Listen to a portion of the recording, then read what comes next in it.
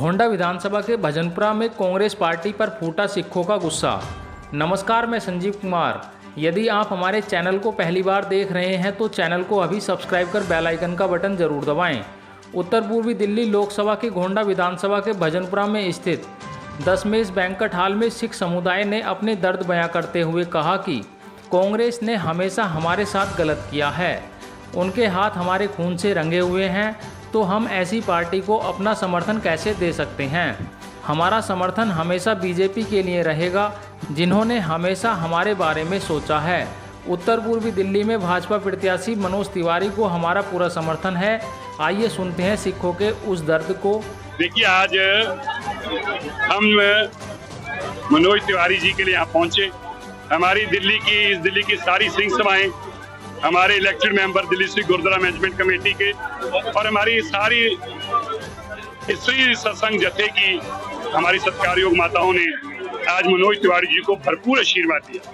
जो मोदी जी ने सिख कम्युनिटी के लिए किया है, गुरु तेग बहादुर जी का 400 साला मनाना हो, गुरु नानक देव जी का 550 साला मनाना हो, साहिबजादों के नाम पर वीर बाल दिवस देश का राष्ट्रीय दिवस मनाना हो, या अफगानिस्तान में फंसे सिखों को एयरफोर्स के जहाज बेचकर उनको वापस लाना हो, पंजाबी के अंदर सरकारी नौकरियां देने का काम करना हो, गुरु ग्रंथ साहिब महाराज जी के पावन स्वरूप को अफगानिस्तान से लाना हो, यहाँ दरबार साहब पे FCRA लगाकर देना हो, या काली सूची हटाने का काम करना हो, 84 कातलों को जेल में डालने का काम करना हो। और दूसरी तरफ कांग्रेस, पापी कांग्रेस है, वो कांग्रेस जिसके खून हमारे सिखों के हाथ खून से, उनके हाथ हमारे खून से रंगे हैं, ऐसी पापी कांग्रेस को कभी कोई वोट नहीं डाल सकता।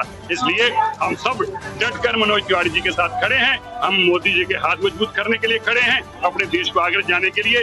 हर सच्चा सिख भारतीय अपनी पार्टी केवल और केवल बीजेपी को समझता है और बीजेपी के ही लिए जीता है और बीजेपी के लिए ही मरता है। कन्हैया कुमार कह रहे हैं 6 लाख से जीतूंगा। नहीं, वो पता क्या कह रहे हैं, ऐसा नहीं कहा। उन्होंने कहा 6 लाख से मेरी गिनती शुरू होती है। मैं अगर सीधे शब्दों में कहूँ, उनका मतलब है कि 6 लाख मुसलमान है, मुझे एक तरफा वोट डालेंगे। मुझे लगता है गलत था। ऐसी कोई भावना करना, जातों में देश को बांटना, और फिर ये तो वही लोग हैं जो कहते थे कि इंशाअल्लाह भारत तेरे टुकड़े होंगे, इंशाअल्लाह इंशाअल्लाह। ऐसे लोग जो टुकड़े करने वाले हमारे भारत के, मुझे नहीं लगता कि जिसके मन के अंदर भारतीय बसी है, जो माँ भारत का कर्जदार है, जो इस मातृभूमि का कर्जदार है, वो कन्हैया कुमार को कभी वोट डाल सकता है। ऐसे पाप करने वाले को मुझे नहीं लगता कभी भी डरेगी। आज सिख समाज जो साथ आया है, इससे कितना फर्क पड़ने वाला है? देखिए, मेरी कम्युनिटी के, हमारी सिखों का जो सबसे बड़ा है, हमारा गुरुद्वारे में, हमारे सिंह साहिबानों में हमारी ताकत है। हमारे गुरुद्वारों के प्रधानों का हम बहुत सम्मान करते हैं। हमारी स्त्री जत्थे जो हैं, उनमें ताकत है। और आज हमारी माताएं, जो स्त्री जत्थे की माताएं हैं, हमारे सिंह साहिबानों के गुरुद्वारा सिंह साहिब के प्रधान है, जो वो सिंह सभा के लोगों के आने के बाद मुझे यकीन है मेरे इस इलाके के अंदर 100% लोग भारतीय जनता पार्टी के साथ देंगे। कुछ लोग होंगे जिनको खूने पंजे से अभी भी प्यार होगा, उन पापियों को तो मैं कुछ कह नहीं सकता, लेकिन जो सिख होगा वो मोदी जी का साथ देगा। ये वीर जी हमेशा जीते हैं, जीते रहेंगे और हमेशा जीतते रहेंगे। मोदी जी, आप हमारे लिए इतना किया, आपने इतना किया है कि हम बता नहीं सकते। आप हमारे भाई, पिता और गुरु के समान हैं। हम आपकी इतनी इज्जत करते हैं, लेकिन मुझे एक इंसाफ चाहिए वीर जी, वो मुझे जरूर दिला देना।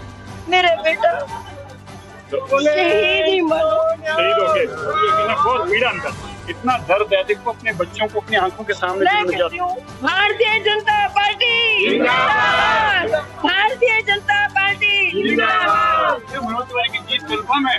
खाली मनोज तिवारी की नहीं, 7 सीटों पे सिख समाज की जो मीटिंग सरदार मनजिंदर सिंह सिरसा जी के नेतृत्व में हुई है, 7 सीटों पर सिख समाज की उन वोटों का असर पड़ेगा और दिल्ली में एक बार फिर बीजेपी 7 सीटें जीतेगी। कांग्रेस के साथ सिख समाज नहीं है क्या इस बार? मैं अभी इतनी बड़ी बातें बोली, सिरसा जी ने सब कुछ बताया कि जिस कांग्रेस ने 84 के जो राइट्स लाए, वो लोगों के दिलों में से दर्द अभी हटा नहीं है।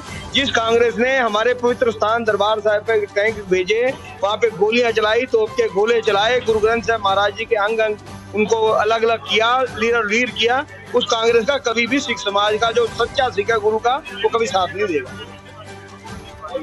क्या लगता है उन्हें सिख समाज सपोर्ट करेगा? बिल्कुल कन्हैया लाल का कोई सपोर्ट नहीं करेगा। जो कन्हैया लाल कह रहा है ना 6 लाख से जीतने की बात कर रहा है, वो 6 लाख से हारने की बात कर रहा है। कोई भी सिख समाज जो इस इलाके के लोग हैं, सिख हैं, चाहे हिंदू भी हैं और गुज्जर समाज है, सब बीजेपी के भारतीय जनता पार्टी के साथ है और मोदी जी का साथ दे के मोदी जी को बड़ी भारी बहुमत से जिता के दोबारा तीसरी बार प्रधानमंत्री देखना चाहते हैं। और ये बात बिल्कुल सच्चाई है और सच साबित होकर रहेगी। वाहिगुरु जी का खालसा, वाहिगुरु जी की फतेह। आज आपने देखा कि एक विशाल जनसमूह जो सरदार मनजिंदर सिंह जी सिरसा जी के हाथ मजबूत करने के लिए, क्योंकि सिख कौम की आवाज है वो, और सिख कौम की आवाज को बुलंदी पर रखने के लिए सरदार मनजिंदर सिंह सिरसा जी के हाथ मजबूत करने के लिए केंद्र में सरकार मजबूत चाहिए, तो उसके लिए मनोज तिवारी जी का यहाँ से सांसद होना अनिवार्य है। और पिछले 10 साल से वो यहाँ पे सेवा कर रहे हैं। किसी भी तरीके का कोई भी उन्होंने अपनी सेवा में कभी कोताही नहीं बरती, कोई लापरवाही नहीं हुई। सिख समाज के साथ कभी भी कोई भी कार्य पड़ा किसी भी व्यक्ति का, पर्सनली उन्होंने उसको हैंडल करा, टैकल करा, उसकी समस्या को दूर करा।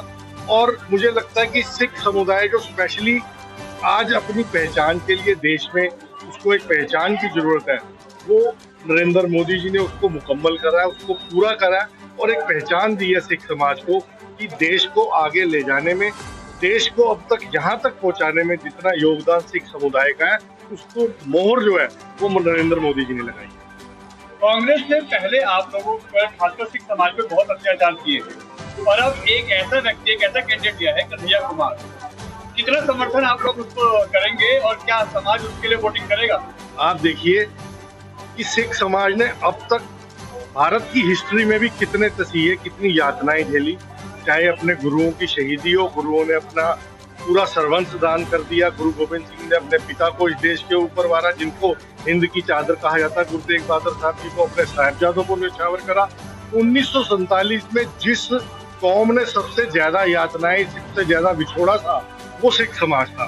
पर सिख समाज ने कभी भी अपने आप को भारत से अलग नहीं समझा, हिंदुस्तान से अलग नहीं समझा, अपनी जिम्मेवारी समझी कि हिंदुस्तान में अगर तरक्की करनी है तो सिख समाज उसकी तरक्की में पूरा योगदान देता रहा। पर आज हम देखते हैं कि किस व्यक्ति को उम्मीदवार बनाया गया, जो ये कहता है संसद में बम फोड़ने वाले का जो षड्यंत्र करता है अफजल गुरु, उसको कहता है कि अफजल गुरु घर घर में पैदा होंगे और ये कहता है कि भारत तेरे टुकड़े होंगे 1000। सिख समाज ऐसे किसी भी टुकड़ों को और किसी भी तरीके से सांप्रदायिकता को कभी भी बढ़ावा नहीं देता।